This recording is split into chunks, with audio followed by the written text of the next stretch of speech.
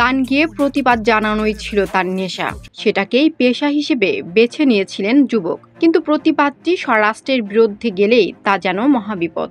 সম্প্রতি এমনই এক ঘটনা ঘটেছে ইরানে। ইরান সরকারের সমালোচনা করে গান করায় তোমাজ সালেহি নামের জনপ্রিয় র্যাপারকে মৃত্যুদণ্ড দিয়েছে দেশটির আদালত। 2 বছর আগে 22 বছর বয়সী ইরানি কুর্দি তরুণী মাসা আমিনির পুলিশের হেফাজতে ঘটনার বিরুদ্ধে সোচ্চার হয় দেশটির অনেক মানুষ। দেশ জুড়ে ছড়িয়ে পড়ে বিক্ষোভ, রাজপথে নামেন হাজার হাজার মানুষ। পুরো ইরান জুড়ে যখন আন্দোলন চলছিল তখন 33 বছর বয়সী তোমাজ সালেহি দেশের দুর্নীতি, শাসন ব্যবস্থা, সরকারের নানা রকম সমালোচনা করে গান করেন।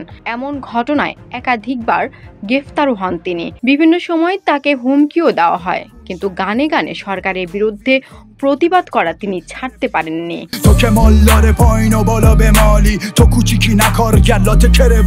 তার গান ছিল ইরানে পরিবর্তন চাওয়া মানুষের মুখে মুখে। 2022 সালে সালেহকে গ্রেফতার করে ইরানের পুলিশ। প্রাথমিকভাবে তাকে 6 বছর 3 মাসের জেল দেওয়া হয়। পরে ইরানের সুপ্রিম কোর্ট থেকে তিনি জামিনে বের হন। পরবর্তী সময়ে কিছুদিন পরেই তিনি আবার গ্রেফতার হন।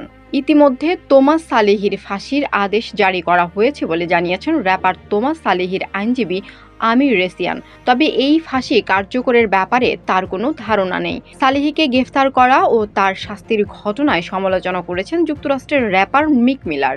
এক্সে তিনি লিখেছেন, আমরা সালেহির মুক্তি চাই। কুর্দি ও ইরানিয়ান র্যাপার শামন ইয়াসিনের 5 বছরের কারাদণ্ড বাতিল চাই, তাদের দ্রুত মুক্তি চাই।